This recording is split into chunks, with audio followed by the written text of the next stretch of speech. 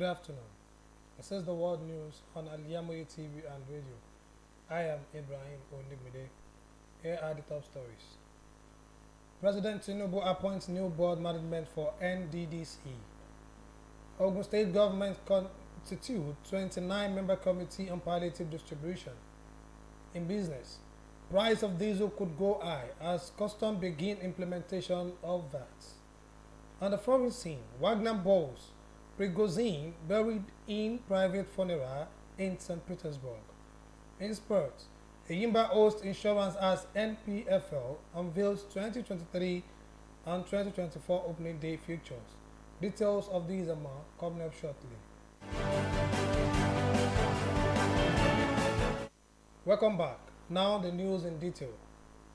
President Bola Tinubu has appointed board members and the management team for the Niger Delta Development Commission (NDDC), according to a statement by his special advisor on media, Ajuri Ngilali. On Tuesday, Chiedu Ebi from Delta was appointed the chairman of the board of the commission, while Samuel Ogbuku from Bayelsa is the managing director and chief executive officer.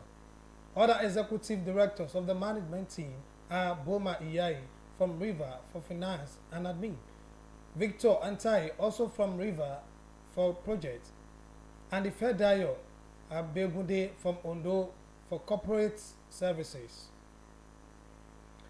The ad hoc committee of the House of Representatives probing alleged non-remittance and utilization of National Housing Fund from 2011 till date has summoned the Accountant General of the Federation, Oluwatoyin Maiden. The chairman of the committee, Dahon Bagos, made this known in Abuja on Tuesday.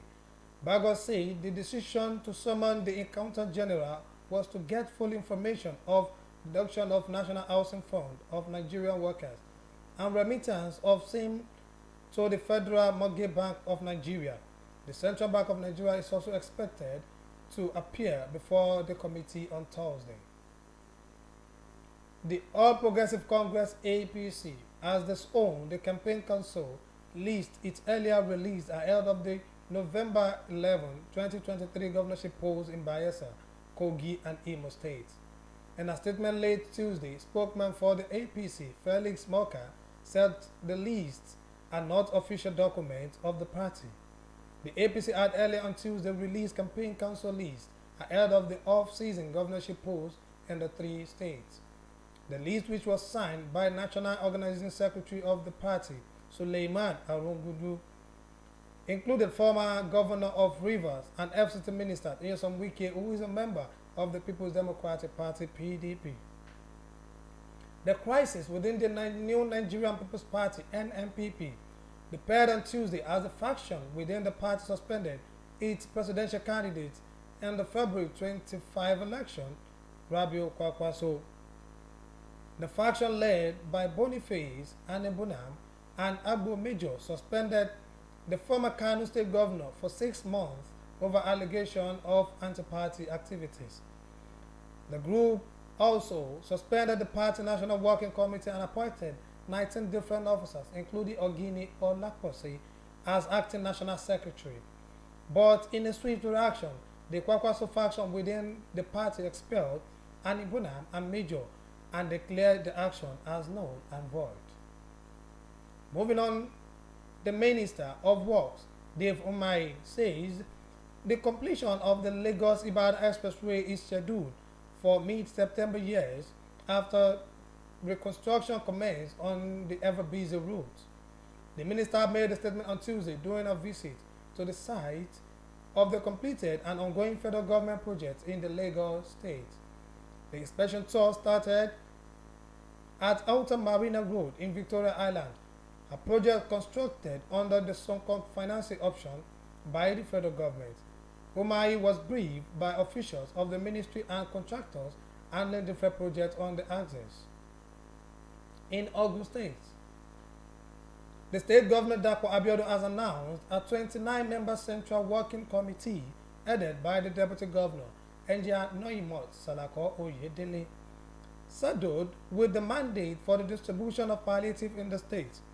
The composition of the committee is aimed at ensuring that the palliative reach every strata of the society, in line with the promise made by the people of the state by the governor. A statement issued on Tuesday by the chief press secretary to the governor, Mr. Likon Adeniran, noted that that there will be a similar committee at the local government to ensure the seamless distribution of the palliatives. According to the statement, the committee has the mandate to implement the various palliative put in place by the state government for the citizen. The Ogun State government has denied tampering with local government funds, stressing that it has often had to argument the funds allocated to the council from the federation allocation.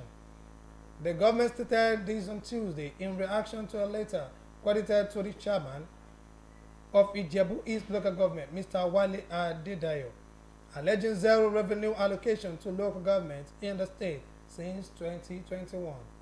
In a statement by the chief press secretary to the governor, Mr. Likon Adeniran, the government said that the fund meant for local governments in the state have been handled by the constitutionally recognized Joint Account and Allocation Committee.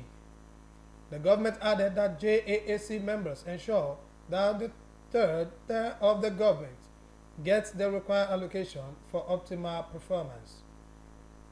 Away from Ogun, Akano's State High Court has issued a restraining order stopping anti-corruption agencies from conducting investigation into the affair of the state. Public Complaints and Anti-Corruption Commission and its chairman, Muyi Rimingado. The anti-corruption agency prevented from probing Rimingado, including the Economic and Financial Crime Commission (EFCC), the Independent Corrupt Practices and Other Related Offences Commission (ICPC), and the Code of Conduct Bureau (CCB). Justice Farouk Lawan Adamu, who issued the order, said that respondents are prohibited from interfering in the affair of any staff or individuals under the plaintiff's services. The restraining order will remain in effect pending the hearing and determination of the originating motion. The court also fixed September 25, 2023 for the hearing of the originating motion. I beg your pardon. The court also fixed September 25, 2023 for the hearing of the originating motion. You are listening to the world news on Al-IyamoyeTv and radio. Still to come, business, foreign, and sport. Please stay tuned. Welcome back to the rest of the news.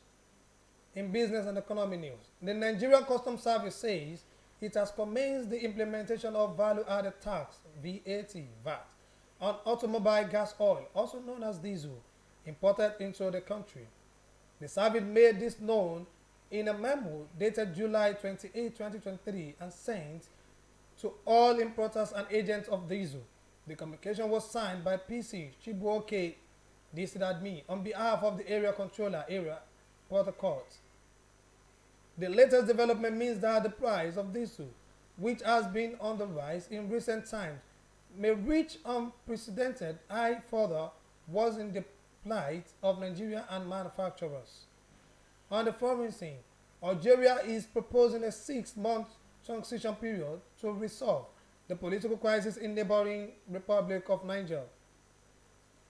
Algerian Foreign Minister Ahmed Attaf, who stated this on Tuesday, said the proposed transition should be led by a civilian. Attaf, who recently toured West African countries, said most of the countries in the region are opposed to the military intervention to end the crisis. Leaders in the Economic Community of West African States, ECOWAS, have said that they would keep all options on the table for a peaceful resolution to the crisis, including an order for the activation of the ECOWAS standby force. Prigozhin buried in private. Wagner boss Yevgeny Prigozhin has been buried in private funeral in St. Petersburg. His press service said the ceremony in his home city was held in a closed format. The cemetery where he was buried was condoned of the access was restricted during the burial on Tuesday. Prigozhin was confirmed dead by Russian officials after genetic analysis Analysis of 10 bodies found in a crash plane on August 23 near Moscow. In the world of sports, Enyimba will face Bendel Insurance in the opening match day of the 2023/2024 Nigerian Professional Football League (NPFL) season. The fixtures were announced at the draw held on Tuesday in Abuja. The nine-time NPFL champion will host the 2023 Federation Cup winners on the first match day of the season on September 9 at the Enyimba International Stadium, Aba. Rivers United will clash with Remo Stars in another blockbuster match of the opening weekend. Shooting Stars of Ibadan will play Plateau United, while Sunshine Star will face Kano Pillars. Newly promoted side Sporting Lagos will play their first ever NPFL match against Gombe United at the Mobolaji Johnson Stadium, while Atlan marks their return to top flight against Lobby Stars.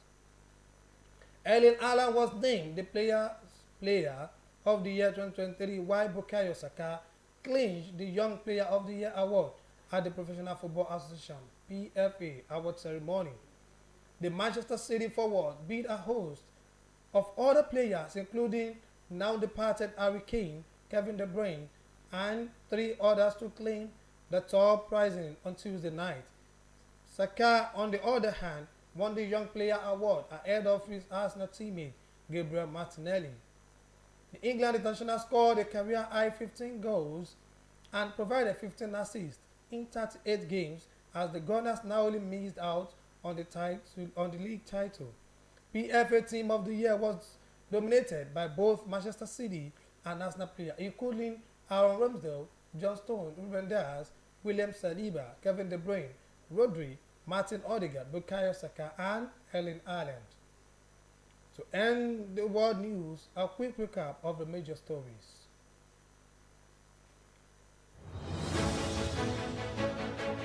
President Bola Tinubu appointed new board management for NDDC. Ogun State government constituted 29 members committee on palliative distribution.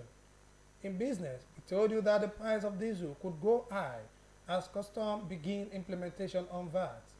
On the foreign scene, Wagner boss Prigozhin buried in private funeral in St. Petersburg. And in sport, Enyimba Host Insurance as NPFL unveiled 2023/2024 opening day futures. The world news was edited by Abidat Tawheed. For more news and updates, you can follow us on social media www.facebook.com/Al-IyamoyeTV and radio, on Twitter at Al-Iyamoye_TV, and on Instagram Al-IyamoyeTV, Al-IyamoyeTV, and on YouTube Al-IyamoyeTV.